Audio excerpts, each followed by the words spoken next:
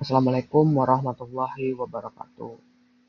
Jadi pada kesempatan kali ini saya Hana Sari Komedi dari kelas 10D akan membahas beberapa soal tentang keanekaragaman hayati dari modul biologi kelas 10 kali YT2 dalam rangka untuk memenuhi tugas dari Ustadz Edi selaku guru mata biologi.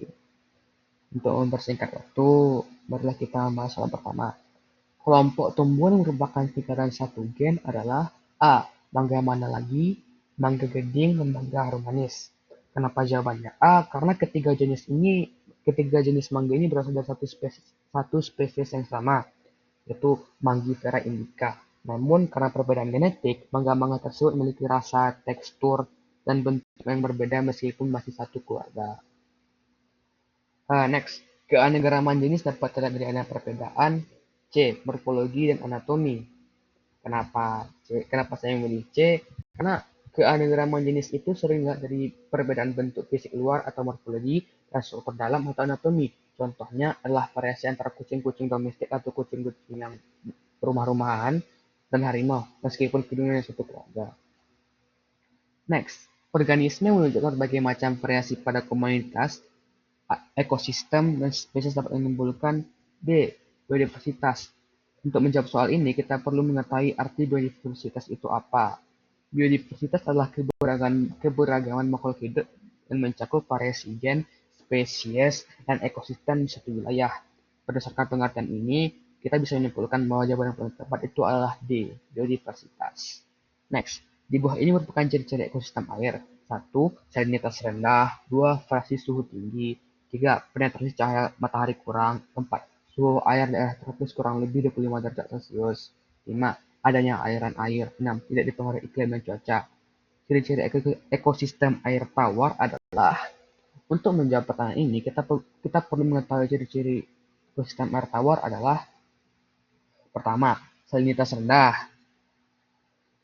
Kedua, suhu dipengaruhi iklim dan cuaca. Ketiga, suhu bervariasi sangat rendah.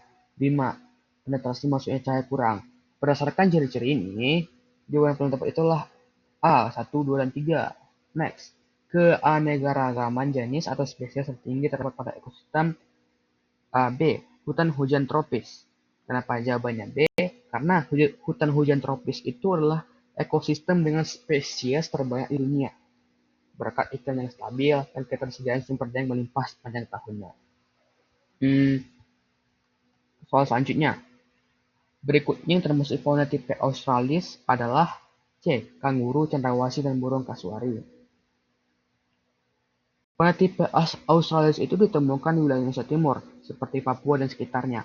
Hewan seperti kanguru pohon, cendrawasih, dan burung kasuari memiliki ciri khas berbeda dari fauna di wilayah barat, seperti gajah dan harimau. Hewan ini beradaptasi dengan lingkungan tropis dan hutan lebat di bagian timur. Jadi jawabannya adalah C. Next, garis yang memisahkan jenis fauna atau hewan Indonesia bagian timur dengan bagian tengah adalah garis Wallace. Garis Wallace itu adalah batas biogeografi yang membedakan fauna asiatik dan australis. Garis ini ditemukan oleh Alfred Russel Wallace, seorang ahli biologi, berdasarkan pengamatan terhadap distribusi fauna-fauna yang ada di Indonesia ini. Next, fauna yang termasuk flora khas Indonesia bagian timur adalah B. Sagu, matua, dan pala. Kenapa saya memilih jawaban ini? Karena flora khas bagian timur Indonesia itu mencakup tanaman seperti sagu, bahan makan pokok di Papua dan Maluku, matua, buah khas Papua dengan rasa manis, pala, rempah berasal dari Maluku dan menjadi salah satu komoditas utama orang-orang bagian timur sejak zaman dahulu. Next, berikut ini adalah aktivitas manusia yang dapat menyebabkan punahnya hewan atau tumbuhan kecuali. Yang pasti jawabannya adalah C. Membuat cagar alam. Cagar alam itu dirancang untuk melindungi flora dan fauna di habitat aslinya, berbeda dengan aktivitas seperti perburuan liar, pertambangan, atau pembukaan lahan merusak lingkungan.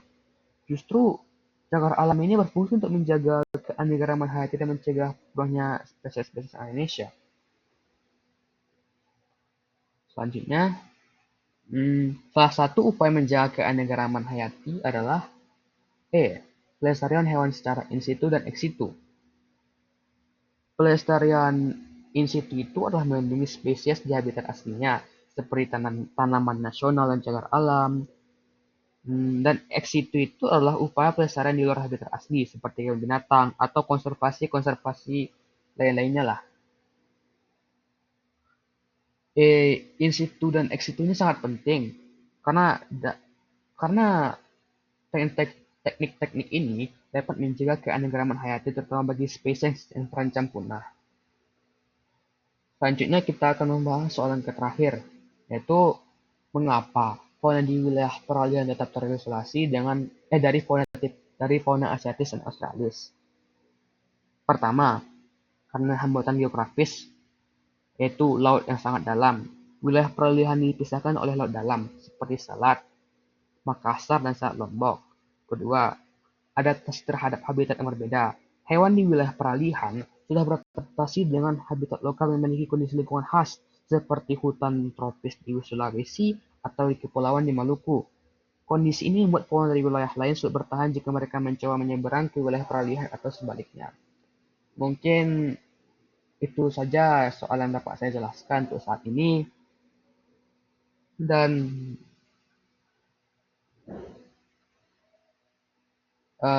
mungkin itu saja. Dan saya mohon maaf, jika ada kata-kata yang salah. Dan semoga semoga apa yang saya jelaskan ini berguna bagi kita semua di masa depan. Assalamualaikum warahmatullahi Itu saja dari saya. Assalamualaikum warahmatullahi wabarakatuh.